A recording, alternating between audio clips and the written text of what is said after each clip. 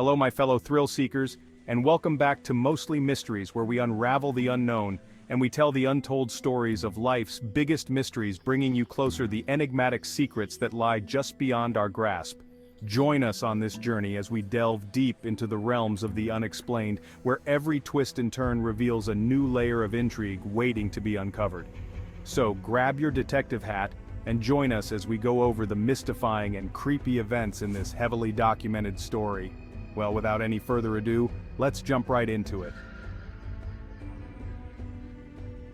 Okay, imagine that someone is observing you. At the time, you have no idea how close they are to you, but someone out there is stalking your every move. Who can you trust? You do not know. All you know is that some creep has somehow gotten access to you, which makes you vulnerable, because they gained access to the most private parts of your life by somehow accessing your very own mobile phone. Though horrifying to consider, 3 families actually experienced this worst-case scenario in 2007. It started in February of that year for the Kuykendalls and 2 other families in Fircrest, Washington. 16-year-old Courtney Kuykendall claims that her phone began texting her friends on its own. And as if that was not scary enough, there were then menacing calls coming in at all hours of the day and night. A raspy voice made threats during these phone calls. Each day, the family's personal devices were used to spread hate speech and threats of murder. Promises that all of their throats would be cut and that everyone would die. Pets, kids, and grandparents included. The families named the villain Restricted based on the word that showed up on their caller ID.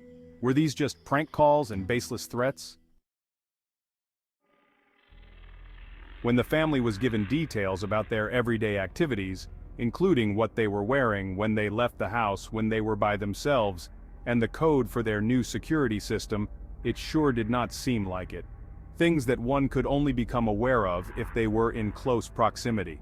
During one incident, the victim was in her kitchen chopping limes, when an ominous call with the simple message "I prefer lemons" was made. Their phones would randomly switch to different ringtones and turn on by themselves. Then there were the voicemails that replayed recordings of the family's private discussions. Once, in a particularly memorable incident, a video clip of the Kuykendalls talking with a local police detective was shown to them as a warning to avoid contacting the law. The abuse was unrelenting. Distress turned into a never-ending fear. Even after switching phones and creating 2 new accounts, the caller managed to get back in. It appeared as though the families impacted were helpless to stop those responsible for this emotional terrorization, as they were becoming more and more brazen.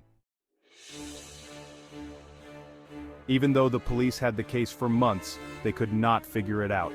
Sprint spokesperson Matt Sullivan stated during the investigation that we are unaware of any technology that would allow the activity that is being reported here. The police started to question whether these so-called victims had simply staged a terrifying and elaborate hoax. The Kuykendall family had a close relationship with Darcy Price, the elder and married daughter, and Andrea McKay, the Kuykendalls' neighbor, who were also targeted by the cell phone stalkers. Additionally, every time the authorities attempted to track down the illicit activity, it would always lead them to the victim's phone, which raised suspicions even more. The activities didn't seem to stop even when the device was turned off. However, surveillance experts said that this kind of terror was all too possible, even though cell phone companies and local law enforcement could not seem to understand how a criminal could pull something like this off. In this day of fast-evolving technology, it is actually a nearly simple task for the right kind of hacker. James Atkinson, an expert in electronic surveillance at the time, confirmed to media outlets that cell phones could be controlled remotely. They could take photos, pinpoint GPS, and so much more. And most police officers couldn't even begin to understand how, said Atkinson. Other security specialists chimed in, pointing out that spoofing a phone is a perfectly legitimate way to stalk someone. According to former FBI agent Brad Garrett, this allows one to disguise or alter the phone number from which they are calling.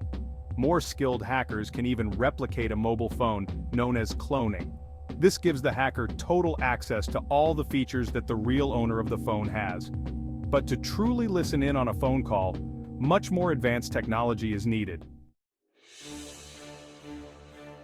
After giving this strange case some thought, Atkinson concluded that it had to be a case of cell phone manipulation. He is no stranger to the world of information hacking, having received training from the National Security Agency and being called to testify before Congress regarding the leak of confidential Coast Guard data. He stated that the perpetrator needed to have hacked into the cell phone company's website and changed the firmware and software in their phones in order to pull this off. Although complex software is required to hack phones, experts warn that even a determined practical joker could have unintended consequences.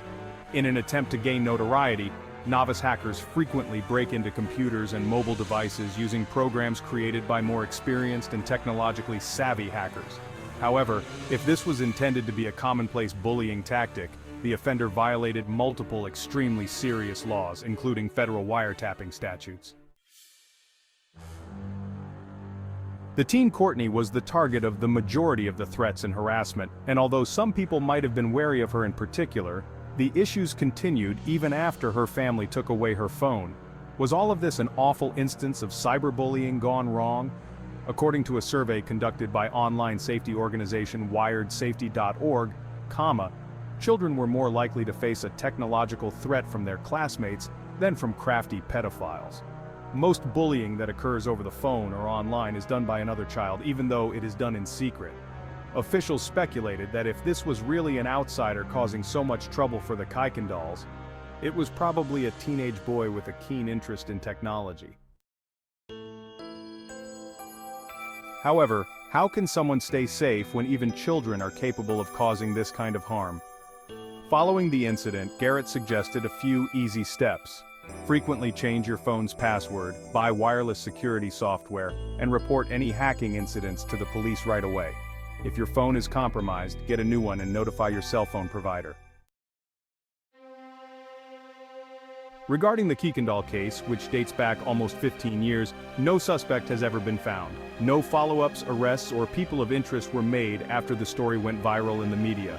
Once the FBI got involved, the mystery just kind of vanished. In fact, according to some accounts, once the Federal Bureau intervened, the calls completely stopped. Neither the victims nor any law enforcement personnel ever commented on the matter, assuming the situation was ever resolved.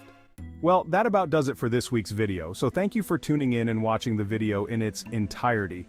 I'd just like to inform you all that we will be ramping up production since spooky season is approaching, so you can expect more content on a more consistent basis. Also, if this is the kind of content you are into, go ahead and subscribe with notifications on, and go ahead and hit that like button. It's little things like that that will help a newly developing channel like mine to grow and improve. Well, I hope to see you all in the next video. Bye.